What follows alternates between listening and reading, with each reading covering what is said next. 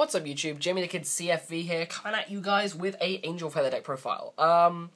This is a little bit different from the common builds that people have been playing. I've been seeing a lot of Shamsiel builds being played, and I'm really not that massive a fan of Shamsiel, so the build I am going to be profiling for you guys today is a Godiel build.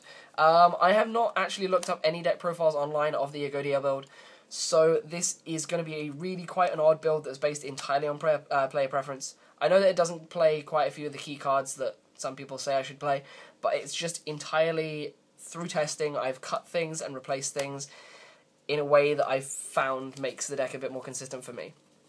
So either way, I'm just going to go through the deck profile, and hopefully you guys will be nice enough to comment, like, and subscribe, and let me know what you've thought about the deck and what you would change, because I do want to play this a bit more. I don't see it as being that competitive. It does have some good moments, but it's not that competitive. I'm really looking forward to Crimson Impact Metatron coming out in set 9. But for now, this deck is good, a good bit of fun. So we're going to start off with our grade 0 in the form of Miracle Feather Nurse. Good. It's your standard Pioneer Vanguard in the form of when it gets ridden over by something that isn't part of its ride chain, it's of course going to come to your rear guard and be a free booster for 4k. Which is quite good because I have grade 2s that swing for 11. Otherwise, it is going to be pretty awesome because when you ride over it with your grade 1, you get to search out your grade 2 or 3 as per your standard ride chain. Then for our triggers, I'm going to play 4 of one of the best heals in the game, similar to Lozenge Magus. Sunny Smile Angel allows you to recycle itself if it boosts something, so you can draw this as a heal trigger. Well, you can trigger check this as your heal trigger, get the heal effect, and then next turn call it to your rear guard if you haven't used it to guard, swing with it and put it back in the deck. What's not to love about that? Then I play 4 draws, 4 crits, and 4 stands. I was originally playing 8 crits. I found the need for stands, like literally, this is the only deck I would play 4-4-4-4. I might consider cutting maybe 2 of the draws for more crits, but in this deck you really do need to draw to try and seek out parts of your ride chain and things like that. This is just the trigger lineup I find that works best for me. Again, I told you guys this was going to be a bit of an odd build, but that is our trigger lineup. For our grade 1s, we're of course going to play the 4 Heavenly Injectors, which gives us our ride chain. So Heavenly Injector, of course, you ride it over your starting Vanguard in the form of Sunny Smile Angel, and get to search for your grade 2 or 3. Also then, when this guy gets ridden over, you buy your, of course, Fate Healer Godiel. You may... Sorry, I stalled a bit there. Of course, you're going to be able to cycle a card out of your hand, which is what this deck does best. Changing cards in the damage zone for cards in your hand. Probably the one card which I switch the most, I should probably outline right now because we're going to talk in a bit about switching, is Bouquet Toss Messenger. I always draw into this or trigger into this. I go, okay, cool, get my draw trigger, draw, send this away because this is dead. I mean, I just cycle it out for, like, say, a stand trigger that I took in damage, and that makes it even more valid, just giving me more guard in hand. Turning 5Ks into 10Ks is always quite nice. So yeah, we played 4 of the ride chain. I played 3 Burst Shot Beznell.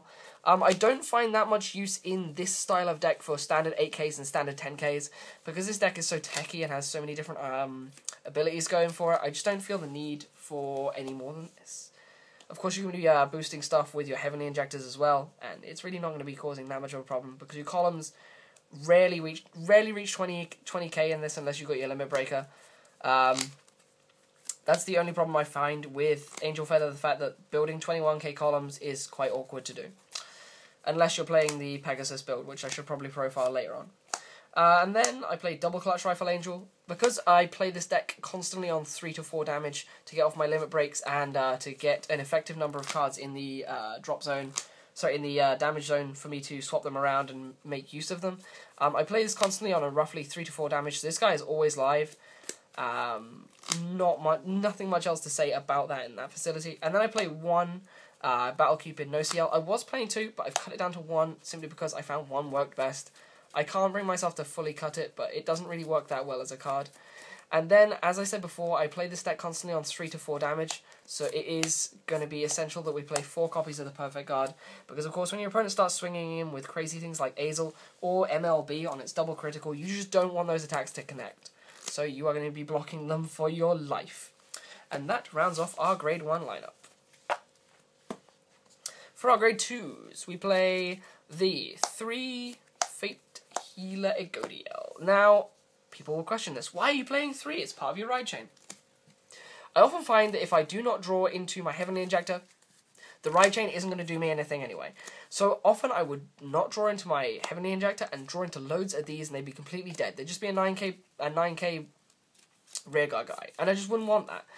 I cut this down by 1 to 3 and it was the perfect number. If I get my Heavenly Injector, I will usually be able to find this. Usually. I've never really... I've misgraded a couple of times, but nowhere near as much as I thought I would cutting 1. And otherwise, if I don't get my Heavenly Injector, it's no biggie, because I'm not going to draw as many of these as I thought, and I can play the game out as just a standard deck without ride chaining.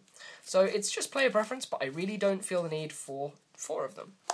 Then continuing on with 3s. I play 3 Holy Zone, because of course you're going to need to protect yourself. As I said, I play this game on 3 to 4 damage, so you just don't want to be sitting on that without a way to protect yourself. And then I play 3 Ironheart Mastemas.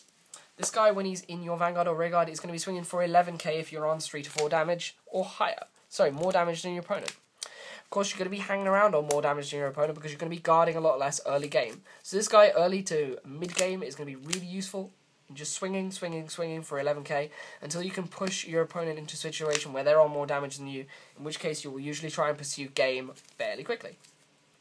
And then to Toolbox, our damage zone, I play double Love Machine Gun, no CL. I don't feel the need for any more than that. Cycling out dead 3s and those draw triggers I showed you earlier on for just more accessible cards.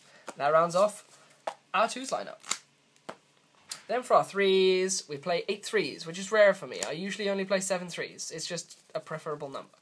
Of course, we're playing the ride chain, so we play 4 Cosmo Healer Godiel. You drop this guy on your grade 2 if you're ride chaining still, and you get to swap 2 cards from your hand to damage. So of course you're accessing your damage, making your hands much better for your game states.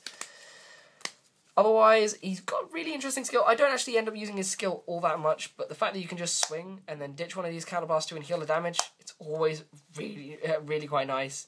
It's the only guy besides Feather Hospital that heals you. So, what's not to love about a Vanguard that when he hits he can Persona Blast and heal a damage? Especially seeing as you're going to be hanging around on 3 to 4 damage. You can, if your opponent pushes you 5, you can push a defensive game with your perfect guards and try and push yourself back to 4, which is a much safer zone to be in. Or if you're on 4, you can push yourself back to 3. Then we play 4 copies of Circulus or Kyriel. Some people have said I should cut Kyriel for something else that works a lot better in the rearguard, but to be fair, I just really like Kyriel for a card. Just the fact that you can drop it, counterblast 1 and revive something from your call something from your drop zone. It's really awesome.